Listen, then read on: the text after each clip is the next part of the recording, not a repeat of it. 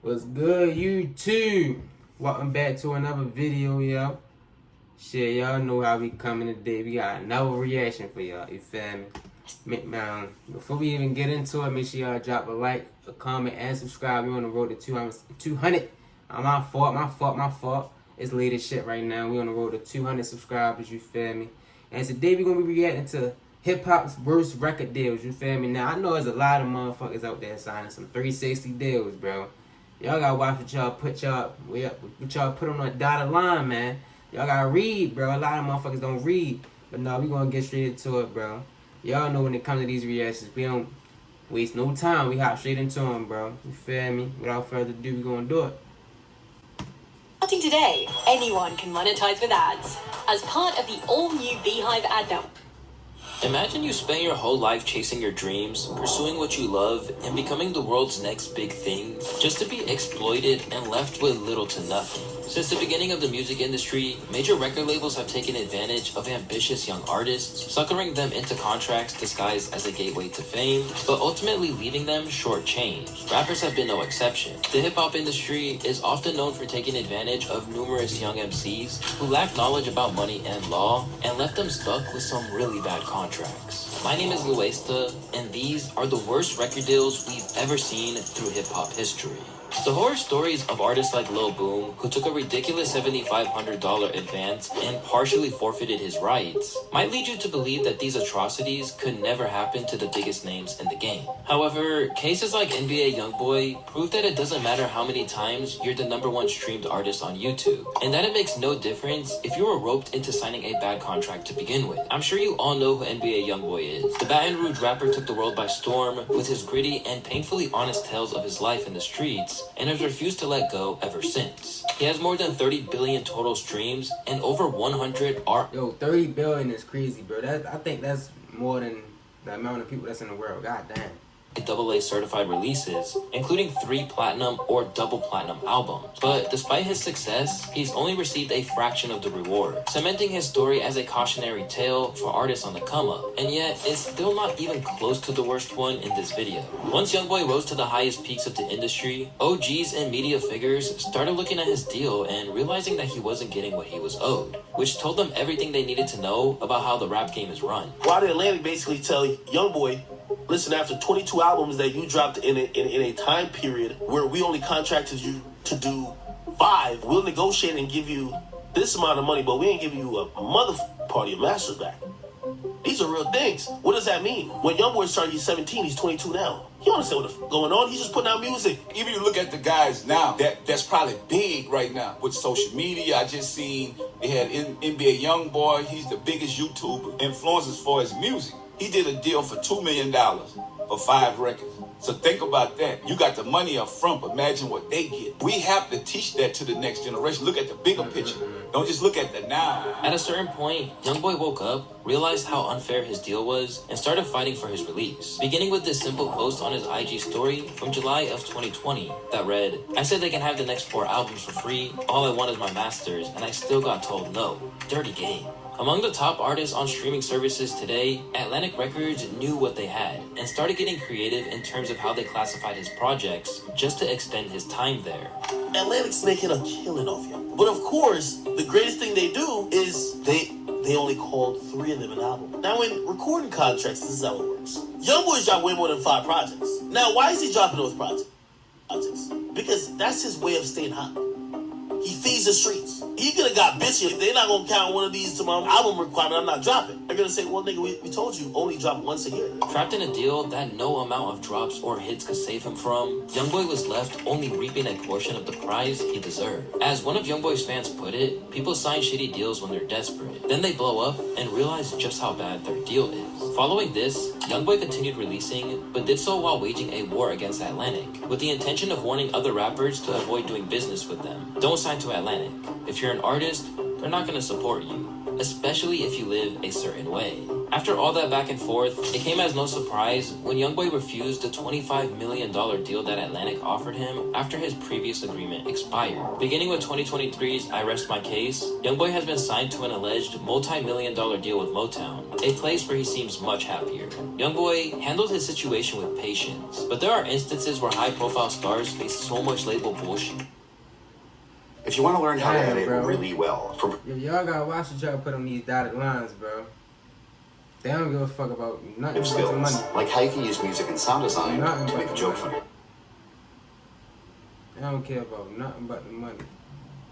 What is going on in my computer? Bullshit that they get burnt out, leaving the mic behind forever. This is the case with former Young Money signee Tyga. And after what happened to him, it's really no surprise that he stayed independent ever since. In his early career, Tyga was on his mixtape grind. After briefly signing to an indie label run by gym class heroes' Travis McCoy, the Cali rapper caught the attention of Lil Wayne and Young Money. Hold on.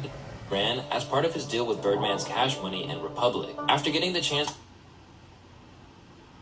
the public what he could do on tracks like Bedrock and Rack City, Tyga's debut album, Careless World, Rise of the Last King, was a major smash. But even though he should have been flying high, what the young artist didn't know at the time was that he was being screwed over big time on his label. After he decided to leave the label before the release of his fourth album, he was about to realize how much he messed up back then. Because as he prepared to leave Young Money, it would majorly cost him. I'm on the road with Wayne. He's recording Carter 3, so I'm just in the sauce right now. He did Bedrock and was like, you got to sign.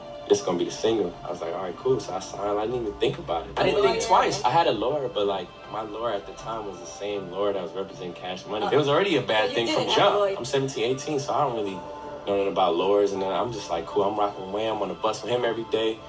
I'm having fun, so I wasn't really worried about it. From 2015 onwards, Tyga has dropped music through his independent label, Last Kings and Empire. For a while, he was flopping hard. Yeah, I ain't gonna lie. Even the assistance of My computer getting hot as shit. Everything fucking up. Hold on. I'm gonna let it cool real quick. Kanye West as an executive producer on a couple of projects couldn't save him. But with his 2019 project Legendary and its smash single, Taste, Tyga finally mounted a legit comeback, overcoming the odds stacked against him. She can get a taste. She can get a taste. His momentum stalled again soon after, and following a short spell as an OF creator, he returned in 2023 on a collaboration project with YG. While the track didn't exactly set the world alight, at least he's getting 100% of what he's owed now that he's freed himself from the legal dispute over his first deal. But for someone who was more of a one-hit wonder than expected, failing to live up to your promise can really leave you in a bad spot. When it comes to artists who know that kind of pain, few of them have been as vocal about their misfortunes as Kreayshawn. If you're not familiar, Kreayshawn was once projected to be a huge star. A young white female who brought a unique flavor to the game, Kray caught fire with early hits like Gucci Gucci and Bumpin' Bumpin' back in 2011. Today, a lot of fans feel that, for better or worse, these tracks were ahead of their time and hinted at the direction music was heading in. Imagine if this dropped today. TikTok servers would overload and explode. Courtesy of her huge momentum, the polarizing rapper found herself with a deal from Atlantic, a repeat offender in today's video, and as you'll see, they will only get more and more ruthless. After she was given a $1 million advance, it would take until September of the following year for her debut album, Something About Kray, to drop. It peaked at number 112 upon release, and the only tracks that made any impact had already been released. It was simply a flop. Perhaps one that people should have seen coming. After this short-lived adventure, people swept her aside, and she went largely undiscussed. Today, she has yet to release another project with the label. Since then, Kreayshawn has rallied against the contract they put her in, and claimed to have seen almost no money for her most successful tracks. Fuck playing Gucci Gucci. Fuck playing Go Hard. That shit don't go to my pocket. You don't get any money from that? No. Not any, like, oh, you get a check for $100. I literally get a check for $100. Literally. Yeah, from ASCAP like every 3 months. To make matters worse, Kray wasn't only losing out on money, but in turn owes thousands to her label even as Gucci Gucci reached platinum status in 2023. Crazy that I will owe Sony $800K on one album for 10 plus years. It's sounding fishy. I know they're eating off me till this day, but platinum? Still in the same money debt? 10 years? Math, not mathing. Here's more numbers. I swear my debt started at 800K when I saw it 10 years ago, and it has barely changed. Sometimes I even swear it gets higher. In Krayshawn's case, we see what can happen when an advance is never recouped. She's now stuck trying to free herself from a debt she could never repay. However, not all issues with labels stem from money. For some, creative differences can create even worse predicaments. And for Lupe Fiasco, this was exactly what he dealt with under Atlantic. Way back in the day, Lupe was just a spitter from Chicago who seemed like he was next up. Renowned for his incredible technical abilities, Lupe made good on that promise with his debut album Food and Liquor and its follow-up The Cool, which gave him the biggest hit ever on the Matthew Santos-assisted Superstar. Yeah, a fresh, cool young Lou, trying to cash his microphone check 212. Wanna believe my own hype, but it's too untrue. Now that he had given the label a taste of the commercial success he could bring them, they wanted all they could squeeze out of him. In turn, this led to their relationship falling apart, and one of the most talented spitters of a generation getting majorly mistreated by his label. I once asked Lior for my masters in exchange for signing a 360 deal, and he said, "Do I want them in a suitcase to carry around?" A greatest hit from among all the other wild stuff some of these white record execs have said to me with a straight face in private. Around the time he was crafting his third album, Lasers, the label started putting major pressure on him to get things moving along.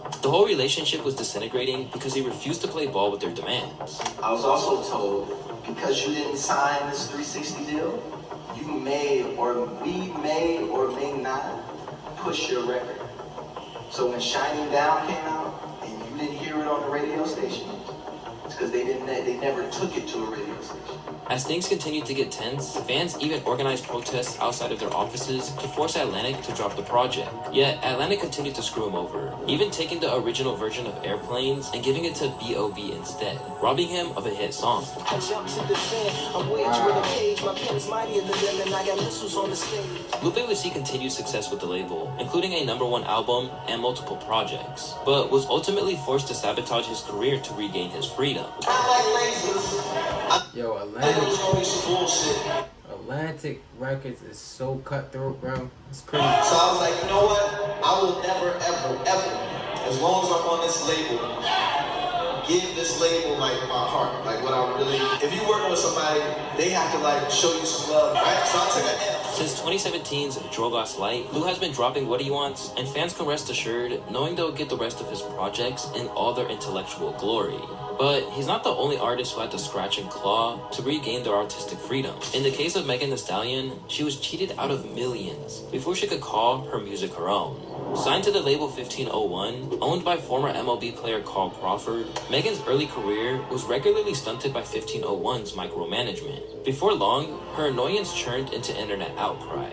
I want to tell y'all that 1501 trying to tell me I can't put out no music. Y'all don't see no music from Megan Thee Stallion? It's because 1501 don't want to drop that music. I know everything that was in that contract. So when I got with Rock Nation, I got management, I got real lawyers, and they was like, do you know that this is in your contract? And I was like, oh, damn. As Meg attracted more fame, she earned a management deal at Rock Nation.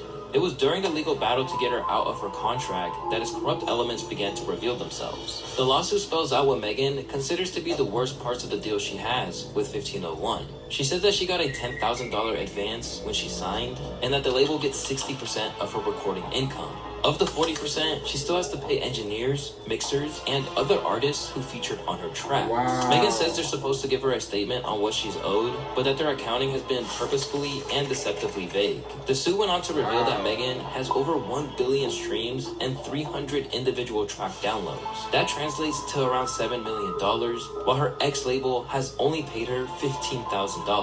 After a lot of back and forth, they finally settled things in 2023, and by October of that year, she announced the launch of her very own Hot Girl Productions, backed by a distribution deal through Warner.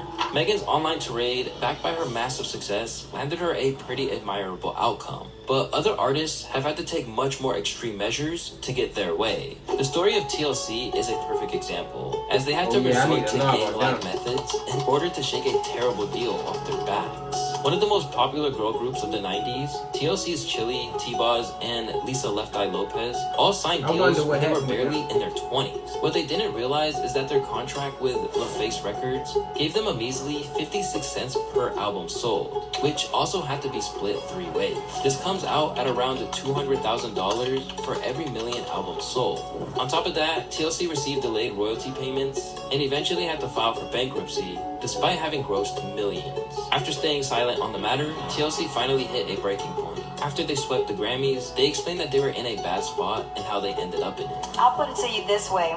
We are the biggest selling female group ever. 10 million albums worldwide. We have worked very hard. We have been in this business for 5 years. And we are broke as broke can be. I can't go into everything right now, but trust me, you can sell 10 million albums and be broke if you have greedy people behind you. Well, you know, contracts and stuff is kind of hard to handle business when you're stuck in contracts that say certain things.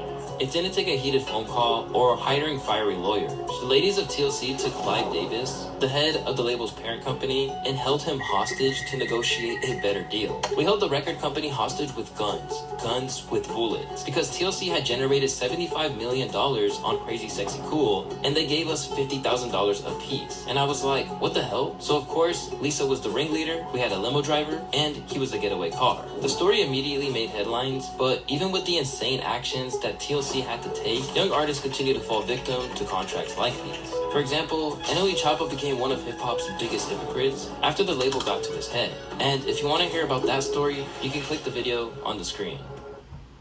What the hell happened with NLE Choppa, bro? But nah, I ain't gonna lie. Beyonce and them, they gangster for that, bro. They gangster for that, bro. Held his ass hostage, man. That's what these niggas need to do nowadays, bro. You feel me?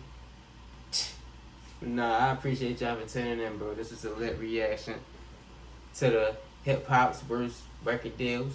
You feel me? These, if y'all gotta watch what y'all signing, bro. But these motherfuckers is crazy, I'm telling you. But nah, I appreciate y'all for tuning in. Make sure y'all like, comment, subscribe on this bad boy, man. Without further ado, we're gonna hop into the next reaction. Peace out, y'all.